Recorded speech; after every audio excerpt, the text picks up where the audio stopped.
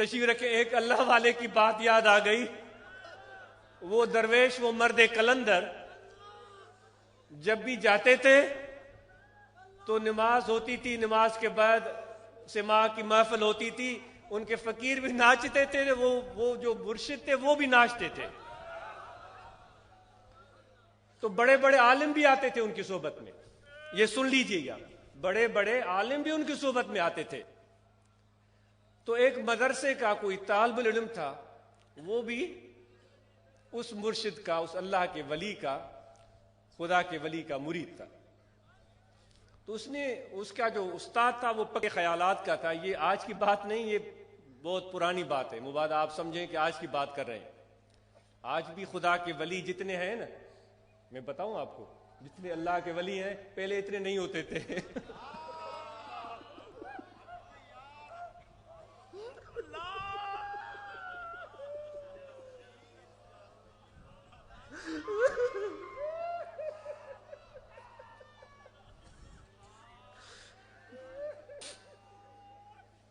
کبھی بھی یہ دنیا خالی نہیں رہی، لیکن خدا کے ولیوں کی تعداد میں اضافہ ہی ہو رہا ہے.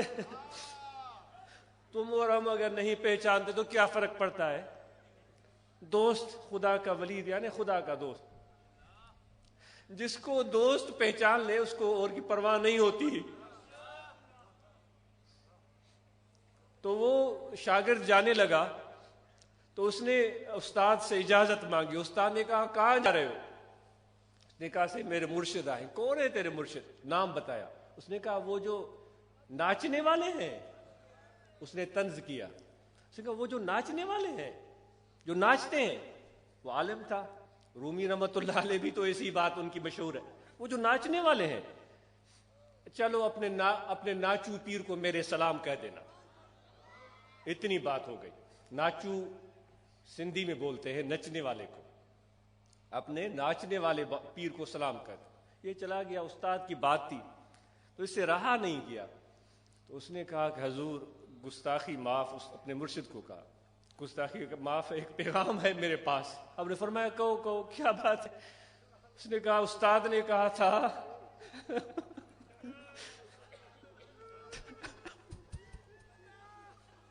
اپنے ناچنے والے پیر کو سلام کرنا.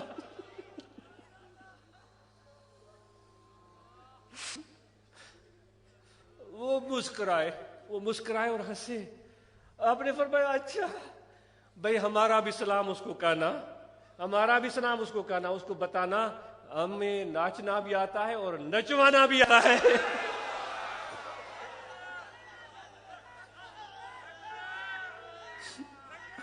ہمیں ناچنا بھی آتا ہے اور نچوانا بھی آتا ہے.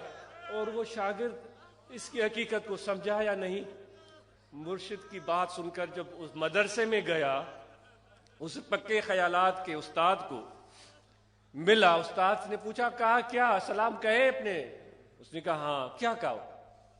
اس نے کہا حضور استاد محترم میرے پیر نے کہا کہ میرا بھی سلام پہنچانا اور کہنا کہ ہمیں ناچنا بھی آتا ہے اور نچوانا بھی آتا ہے. وہ بات سن کر اس مولوی کا چہرہ لال ہو گیا. ضبط کے بندھن ٹوٹ گئے. اس نے کپڑے پاڑ دیے.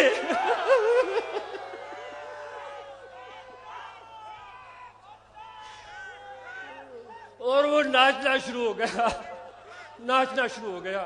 اتنا ناچا کہ اس کے جسم کے مسام سے خون رسنے لگا. تو یہ ہے فیض.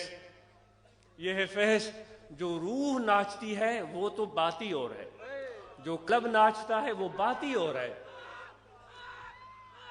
اگر دل اور روح جب تک ناچے تب تک چلو ان خدا کے عشق میں ناچنے والوں کی سی شکل بنا لیتے ہیں. رونے والوں کی شکل بھی تو خدا کو پسند ہے نا، جو حقیقت میں نہیں روتے لیکن وہ شکل ایسی بناتے ہیں. چلو ہم جو عشق کے محبت عشق میں حضرت بلے شاہ صاحب رحمۃ اللہ علیہ، داتا صاحب رحمۃ اللہ علیہ، یا خدا کی محبوب عاشق امام ربانی حضرت غوث اعظم رضی اللہ تعالیٰ عنہ، خواجہ معین الدین اجمیری چشتی رضی اللہ تعالیٰ عنہ، جو ان کی محبت میں جو ہر وقت محو رقص رہتے تھے ان کے روح اور قلب، اگر ان کی طرح ہم نے ہمارے جسم ناچنا شروع ہو گئے تو انشاءاللہ ایک دن قلب بھی ناچے گا آپ، اور وہ دن یاد رکھیے گا، وہ دن یاد رکھیے گا۔ تو امید ہے آپ نے ذکر کا طریقہ سمجھ لیا ہوگا۔ آپ نے یہ بھی عہد کیا ہے کہ خاموش نہیں بیٹھیں گے اور لوگوں تک پیغام پہنچائیں گے، ان کو دعوت دیں گے، اور اپنے اراکین ممبران تنظیم اصلاح المسلمین کے روحانی طلبہ جماعت کے وہ اپنے اپنے دائرے میں وہ بھی کام کریں گے۔ تو انشاءاللہ اور بھی اس پیغام میں اضافہ و ترقی ہوگی۔ اور ذکر کا طریقہ اب میں عرض کر کے ختم کرتا ہوں کہ دل کی طرف توجہ رکھیں، سانس آتا جاتا رہے، وضو ہو یا نہ ہو، یہ توجہ رہے کہ دل ذکر کر رہا ہے، اللہ اللہ اللہ اللہ